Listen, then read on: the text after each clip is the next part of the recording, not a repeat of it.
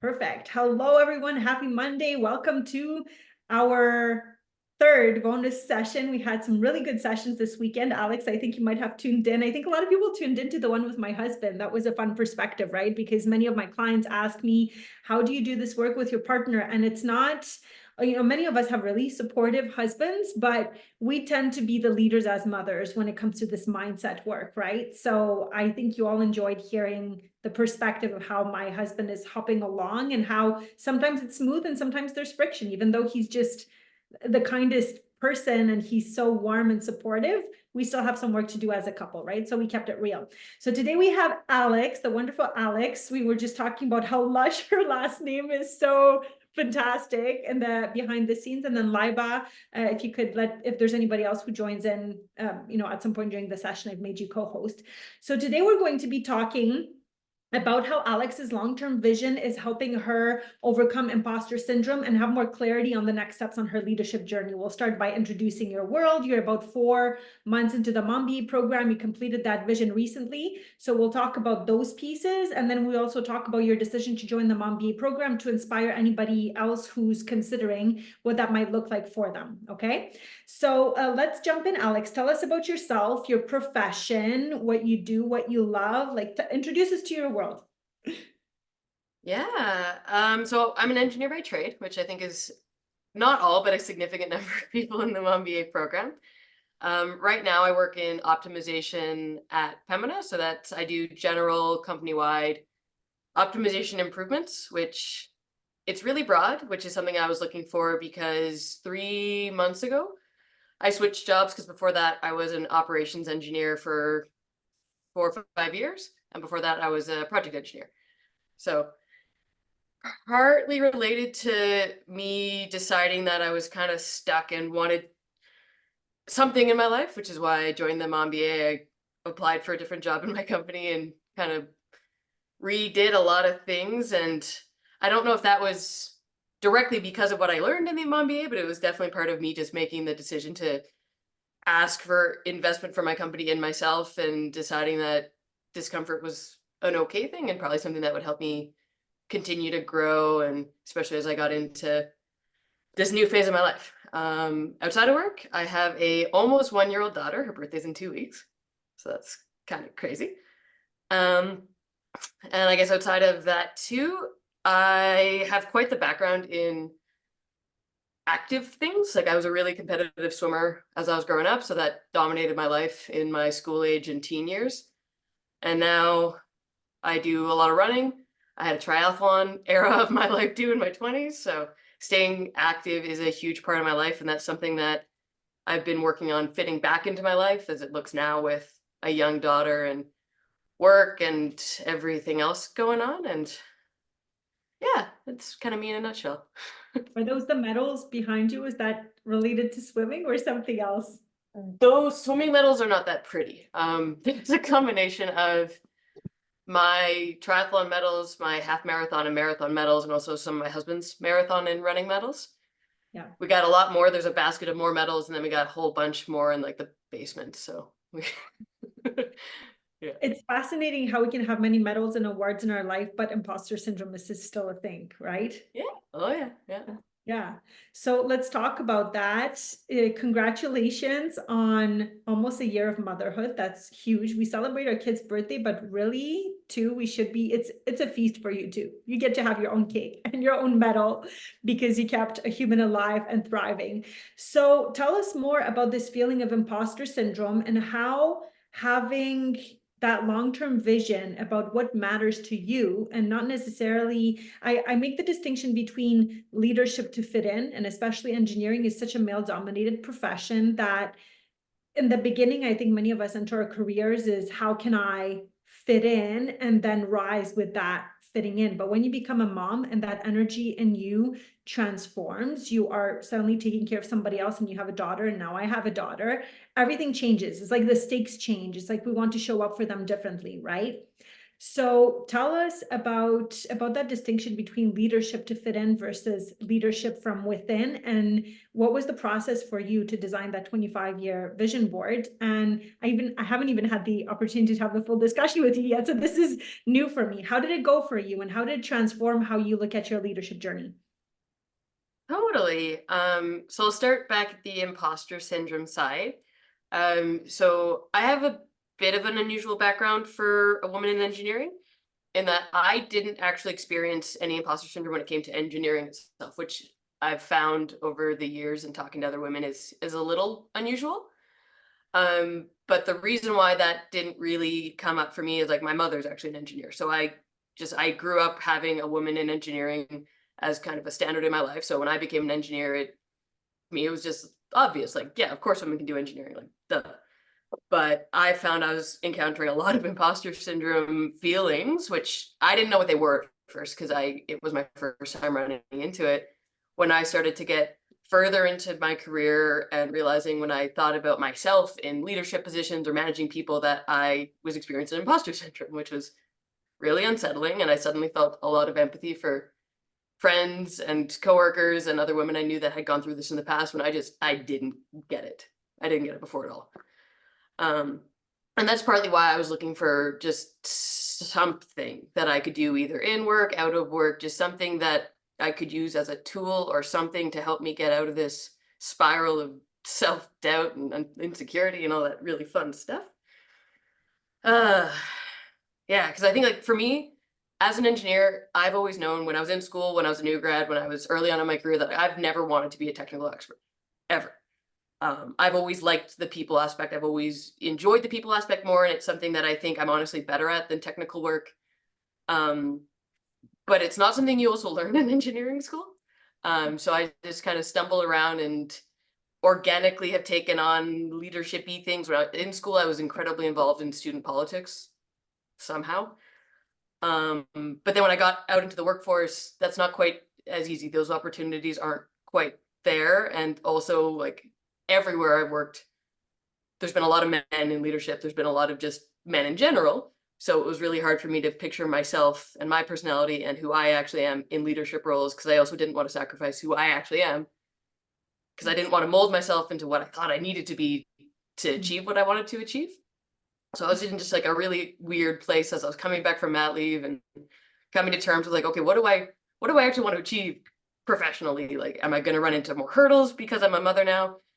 Am I going to run into time issues? Like, I just felt really lost and confused and kind of was really freaking out about 6 months ago. Yeah. Yeah. So we embarked on this process together a few Yeah. months ago to redefine your values and to map out that vision, right? And I don't know if anybody had really asked you the question, hey, Alex, what do you want as a woman, as a mother, as an engineer?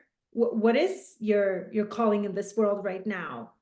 Were you asked those questions early in the process? Like, what do you value? Did you sit down and have a philosophical conversation with a mentor who really asked you those questions? Or did some of these questions start emerging in the Mambia community?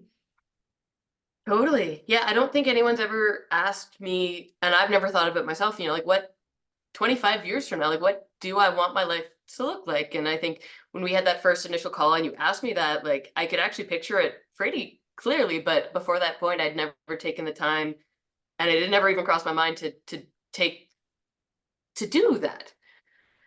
Which in hindsight seems really silly, because I mean, every day and every year we're working towards something, and it seems kind of obvious again in hindsight that it'd be a little easier to get where you ultimately would really like to be if you are aware of what that is and what you need to do to get there and the pieces that need to come together to make that possible. And just I think to make it happen a little more smoothly, a little more intelligently, and just cut out some of the things that don't actually matter in your day-to-day or in your personal life and your family life and all that stuff.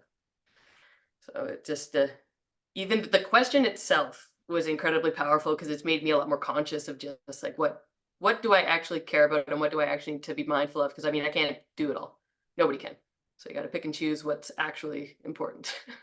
I know it's crazy how we often don't do the math on the home front. When you start making a list, which I described in my session last Wednesday, of everything you do, of everything your partner does, of everything that needs to be accomplished, if you put that in an actual project plan, you would realize you need a few more than 2 humans to complete the whole list, right? And yet we as moms, working moms, we think we can get out in the workforce and still carry. I have 15 hours of help at home. I've upgraded that to 20, 25 hours last week. That is my paid help. And then there's the help I get from my family to support me with my daughter, which is probably 30 hours per week. Okay. And there's still mess in my house. Can you imagine? Right? So, and I work Yeah. from home, and my husband is very, very involved, and yet we forget to do the math on the home front. So thank you so much for highlighting that, because we don't do the math at home, even if we're really good at doing it at work, right? So number one. So tell me what surfaced for you then. Let's talk about your values and your vision board. I know we're going to do an accountability call in the program soon, but what came up for you as your values, and then what emerged for you in your 25-year vision? Mm-hmm. I think when I did the values um, exercise, honestly, I don't think a lot of it was surprising. So I think without being super conscious, I was decently aware of the things that were really important to me. Like the big one for myself and my husband at the very top was just family happiness, which was good, I think, to be mindful of how important that actually is to me. That, like I don't need to keep the house as perfectly clean as sometimes I'd like to have if that means sacrificing just like quality time. It also means I finally just pulled the trigger on getting house cleaning because I hate doing that and it takes a lot of time out of my day. So it's it was really just helpful to bring up, like what do I need to absolutely dedicate more time and attention to? And it's made me I haven't I don't think I've experienced a lot of mom guilt or parental guilt in general, partly because I think men don't experience that. So I try to take Mhm. into mind that like no, like if people don't expect that of fathers, like maybe I can let myself off the hook on some things that society deems essential just because of your gender. Um, so it was just a really good way to make me really, really actively mindful about the things to highlight and the things that I could just let go. Cause really it's not that big of a deal, or at least it's not that big of a deal at this phase of my life and the absolutely important requirements that my daughter, my husband, and my job take. Yeah. And what about your long-term vision? What kind of impact do you want to make as an engineer and as a mother? And how are you making the world a better place for your daughter by Oh. navigating these murky waters that you've identified? Because it's not comfortable feeling that imposter syndrome and when you're starting to manage people, but you want to stay in the game, and you want to feel good, right? So we've got to like learn to live with that discomfort at every level of growth. It's going to show up. So how are you building and engineering a better world for your daughter by remaining committed to your profession and staying in the game? Which I never doubted you would. I think it's just that impact and purpose that keeps us going when when we sometimes feel like we don't when we are feel like we are not wanted in the room, and yet this is when we need to be the most present for the game, right? Mhm. Yeah, the thing that Um, kind of surprised me actually is when I was filling out the kind of the things you want people to say about you in your career, like all of them were highly centered around like the people aspect and how people just connecting people and not dealing with people, but talking to people and the people aspect, which is funny to me with my background being an engineer and that generally not people assuming that means people. That's pretty much the opposite of what people tend to expect. So it was a good way for me to make me realize like, no, like the things I love the most about work are the people side of things. So being mindful of that changed the focus of my discussions with my manager on just making sure that he was aware that like I like the people side. Like I don't want to be a technical expert. I can do highly technical things and I'm smart enough, I'm capable enough to do that, but like I don't think that's the best use of me and where my strengths are. So started suggesting to him ways that I can be beneficial to the team by helping with the people aspect, by assisting with some of the people focused things that some of my coworkers might not excel at. So maybe I can take some of that off their plate. I can get some help from them on the truly technical stuff that they excel at, and we can get a better team dynamic going on with us working to our strengths and acting like a team and finding the best blend of how we can optimize our own team. So it's been really helpful in also just giving me the confidence of knowing exactly who I am and why I should be valued, and communicating that to the people in my organization that have the power to help shape my career trajectory and help me get further along in what my aspirations are. So it's been pretty mind blowing how quickly some of those shifts happened once I started just taking the time to really think about that stuff that you just push to the side, I think. Yes. So let's then backtrack to 6 months ago when you were freaking out. Imagine if you hadn't changed anything, if you hadn't done a 25-year vision or values. Even, when we do values, technically it's not a huge surprise, but it's the action of taking the time, putting it on paper, and really now consciously weaving it into our day-to-day with leadership, right? So imagine if you hadn't done any of that reflection, no community, no Kenya, no vision board, no values game, no Mom BA calls, where do you think you would be today? Oh, I think I'd be a lot more scared, honestly, because I think it was just, yeah, feeling that isolation of being in this crazy time of life where it's so short. I can't believe I've been a mom for almost a year already, but it is so isolating. Like when you're with a baby either on leave or if you're just navigating the hurdles of having a baby and being at work and going through all that, like a lot of the people I work with have kids, but they haven't had a baby in a while. And I think especially with the changes in industry, like a lot of my coworkers with kids are men, so their experience was inherently different. A lot of them have a wife or partner that stayed at home with the kids. So again, they had a completely different experience than what I'm going through. And they mean well, but they don't get it in the same way that this community does. Cause I mean, pretty much, yeah, all of us in this community, like we get it. We've either going through it now, we've been through it recently. And it's been really refreshing realizing that, like, oh, I'm not the only one that feels this way. Huh. Okay, cool. Yeah. Does it allow you to show up for everything, for your parenting, for your work differently, with more confidence, with more clarity, with more hope? Mm-hmm. Yeah. Yeah, definitely. Because it's also for me, like I'm not a baby person. I never have been. I'm still not. Like I love my baby, but I'm really looking forward to the school age and Yeah. that side of things. So it was nice hearing from other people that also feel the same way and being like, okay, people are different. We all have different strengths, and like my strength is I struggle with the baby stuff. I really do. So every month when she gets a little older, it's like, oh, okay, no, I got this. But it was nice knowing that I'm not the only person who has ever felt that way. Because that's just, yeah, everyone's different. We got our strengths, we got our weaknesses, and we got the things we like more and like less. So, You know what is interesting? You mentioned that I'll be vulnerable too.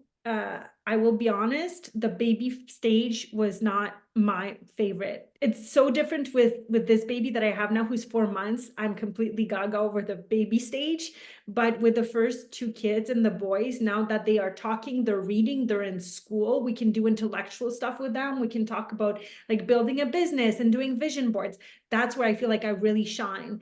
And in the mhm, baby phase, there can be guilt that surfaces. Like, is it okay if I feel this way? Is it okay if I'm not all over the baby stage? Is it okay if I'm mhm, not wanting to spend all day, every single moment with my baby, right? And you and I, we mhm, have that in common. I mean, we're working earlier in the process. In Canada, there's this expectation that women will take 12 months, 18 months.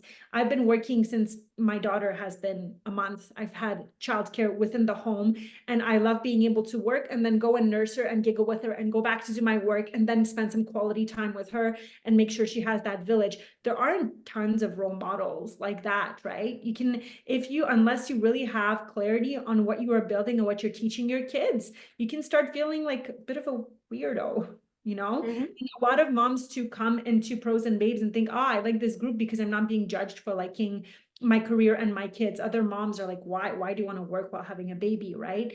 mhm, Whereas we are embracing both sides, and sometimes the friction without the right strategy and the right help is very real, because we discussed the math thing, right? The math thing is real too. So Alex, you were super decisive when it came to the Mom BA program. I remember receiving an email from you, like, I want to do this, and let's go through the process. Can you tell us about that experience of you saw this, you said, I want this, you decided to apply for support at work. I know maybe there was a bit of wobble there, wondering like, should I not? But ultimately you did, and you showed up with a lot of self-leadership, and I commend you for that, because pulling the trigger on either asking for funding or the investment can feel scary. So tell us about Alex the Decisive. Totally. Yeah. So I think I was about a month away from going back to work, and somebody I work with who hasn't done the program but has been, I think, following Pros and Babes for a bit and is very likely to do the program herself in probably the next year or so. She mentioned it in, I was working on a project with work when I was on leave because I just needed something to focus on that wasn't baby in those months. But anyway, so I found it through my extended network, read into it a bit, and then yeah, I sent you an email just to try to get more information to, especially when I saw that there was, I think, something on the website talking about, like everyone who's applied for the Alberta Jobs Grant gets it. And I was like, ooh, okay, that's a good selling point. Like, I can use that. So yeah, I think once I decided that, like, you know what, this seems like it could be exactly the thing that I need as I'm dealing with this life changing, really just unsettling period of my life. And I am a very decisive person, just in general. Usually once I decide to do something, I do it. I generally don't doubt myself either. Like, I'm pretty good about making a decision, and yep, we've made a decision. Let's go. We don't need to second guess anything because, well, we already know that. Good. So I know, like, before I went back to work, got the information, reviewed it to make sure that I knew exactly what I was asking for. And I had to keep telling myself as I was getting ready to request the funding was like, in my project life and in my ops life, I have presented and asked for and received like millions of dollars. So I knew I could do it. Like, I've done this for much higher stakes, but none of that stuff was personal when I've done that. And I found it was a big difference when I was advocating for myself versus advocating for a plant or a project or an initiative, because it meant I had to justify, like, why should you invest in me? Why am I special? And that hit a lot of insecurities on, like, am I? Do I deserve this? Should they invest this money in just me and personal development? And I think it was like talking to you, Kenya, made me realize, like, you know what? Yes, I do deserve this.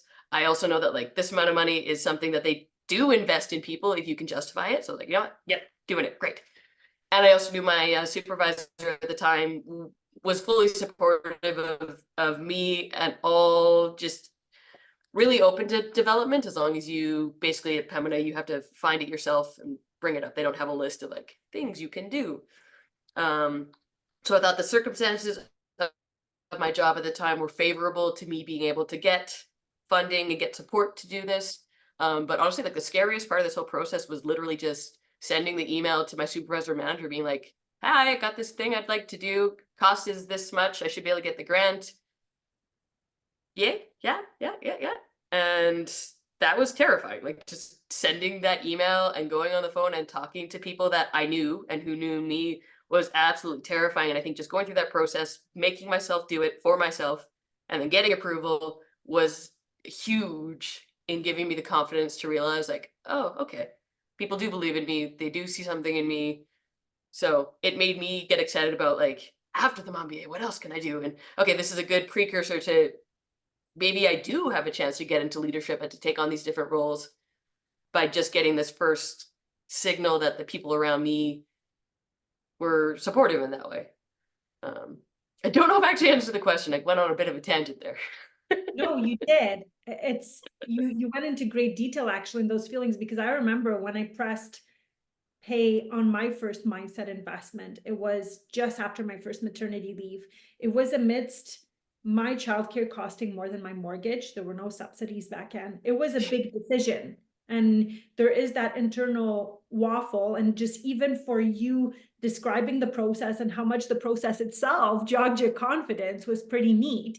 So if there's anybody listening today and wondering, hey, should I self-fund or should I go ahead with the proposal? I mean, our team, we worked hard to make this funding available, right? It's like, oh, it's a lot of extra work, right? So there are women who are listening and wondering, can I make the leap? Can I self-fund? You know, plenty of people who self-fund in the program. You know, people who have asked for the grant.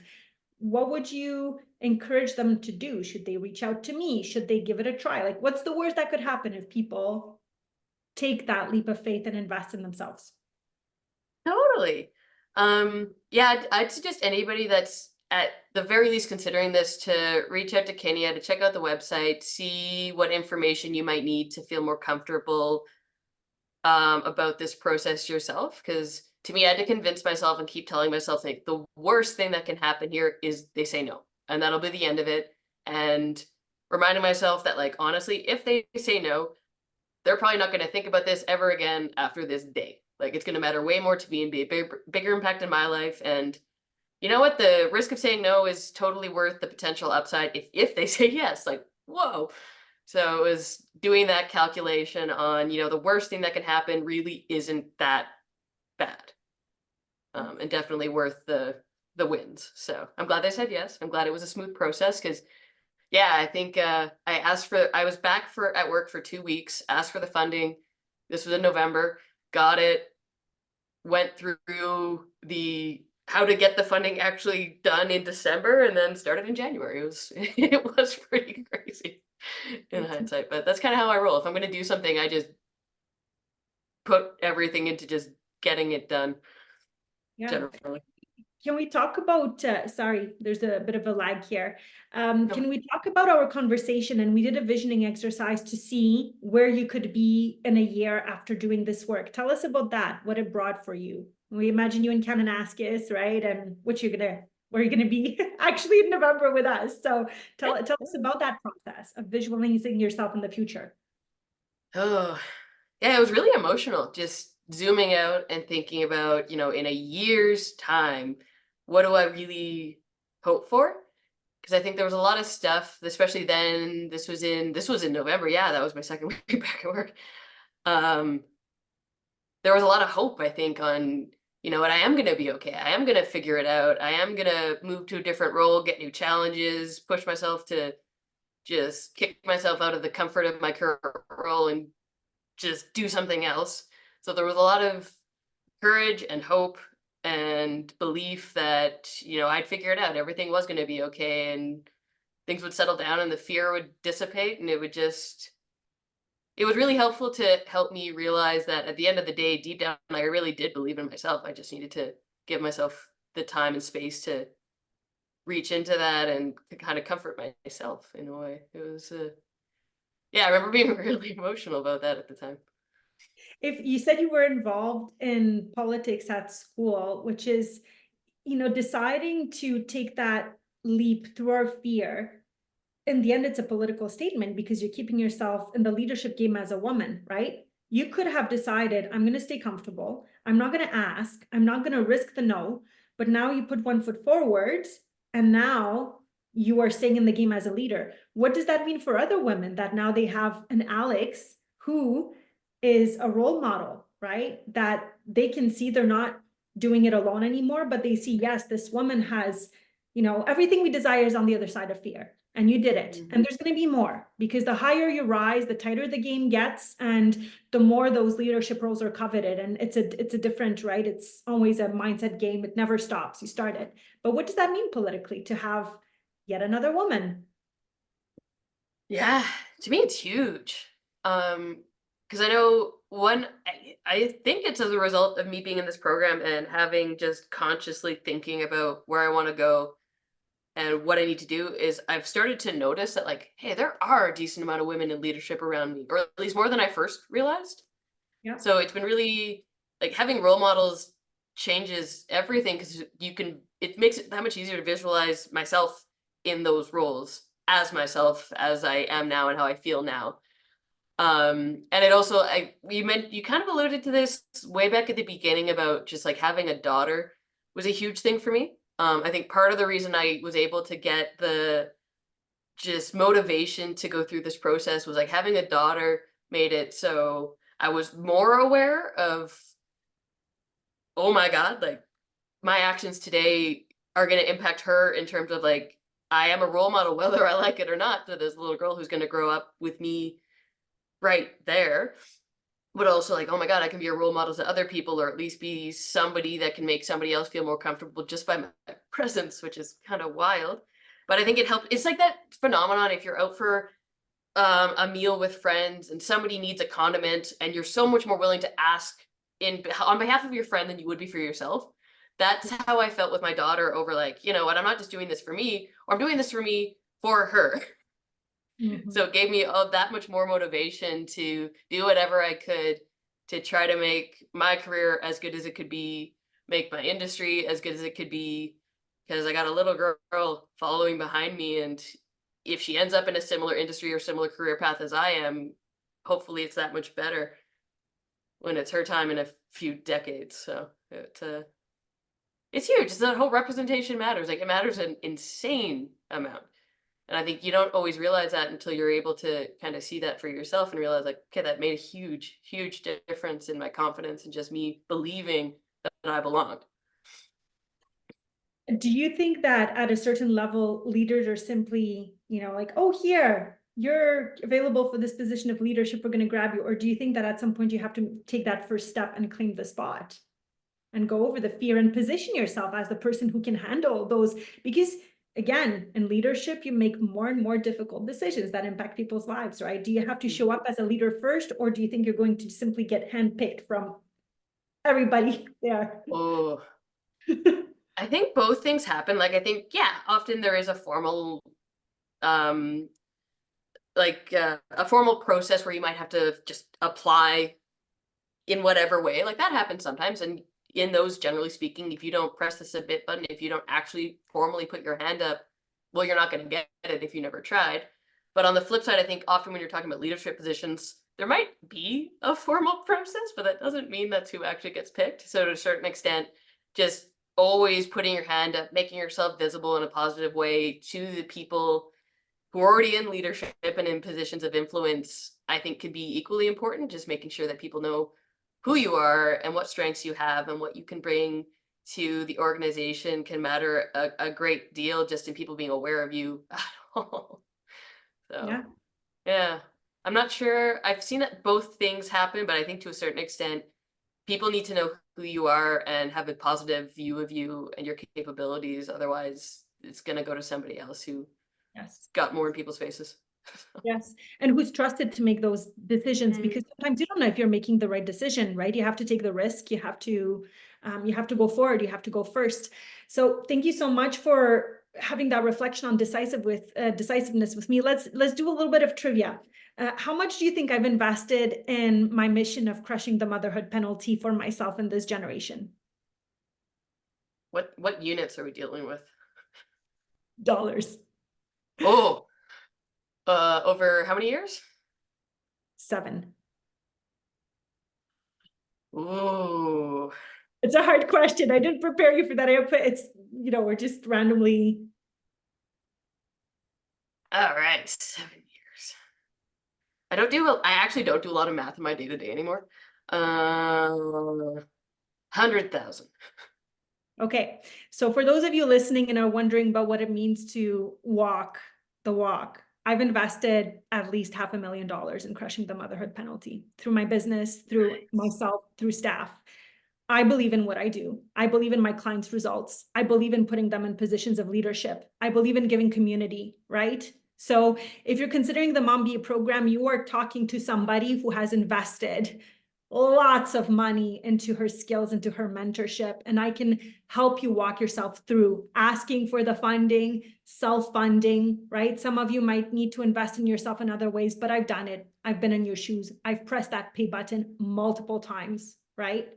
And it's a political decision too. I'm not waiting for the government to change the policies. I'm not waiting for companies to make it more mother friendly. I am being the change. And I'm inviting you to do that for yourself and for your children, right? We don't just need to change the companies. We need to be the change we want in the system. We need to build those businesses that are mother friendly.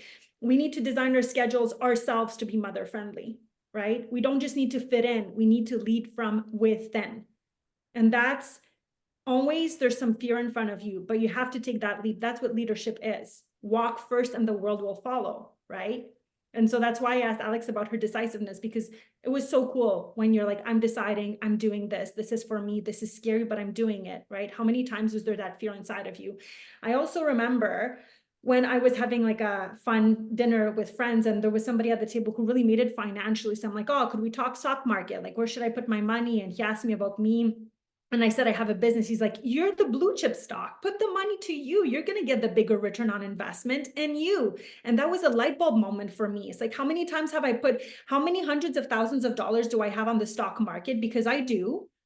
Why am I not putting that money in me? Every single time I invested $10,000, $15,000 in myself, it comes back. It comes back. The more money I put in, the more skin in the game I have, the more I showed up for the exercises, right? So that's why I wanted to talk to you, Alex, too, because it is an act of leadership. It's a political choice for ourselves and for our kids. And it's not just waiting for others to fix things for us. You probably, those of you who are hearing me, I'm all about claiming it in this world. It's not about just having others changing it for us, because yes, the world is unfair. Let's build a more fair world for ourselves. Okay. So if there's anybody who's on the fence, any last words, wondering, should I email Kenya? Should I respond to her text message? Should I consider this invitation? What would you tell them today? Oh, in the great words of Nike, just do it. Don't think about it. Well, I mean, think about it, but don't let Yes. your fear get in the way at all. Just press the button. The worst thing that happens is you get some more information. Yes. And more clarity, right? Really Like, no risk at all, and just getting a bit more info. right. Okay, thank you so much, Alex Lush. I have to say your full name, for taking the time out of your day for talking about your vision. I can't wait to delve deeper into that. We have our one-on-one call later this week so we can explore more. And then what are the next steps on your pathway to leadership? And I can't wait to celebrate the days just like we have for others. We're like, by the way, I've been asked if I would consider a VP position, because that's the type of women that are in this community. Women going places, women being leaders, and we're dealing with all of that together. Yes, there's anxiety. Yes, there's imposter syndrome. Yes, there's fear, but we're not alone. We do it together. We guide ourselves, and we are definitely engineering a better world for our children. All right. Thank you all. Thanks, Alex. And we have another session with Melissa soon.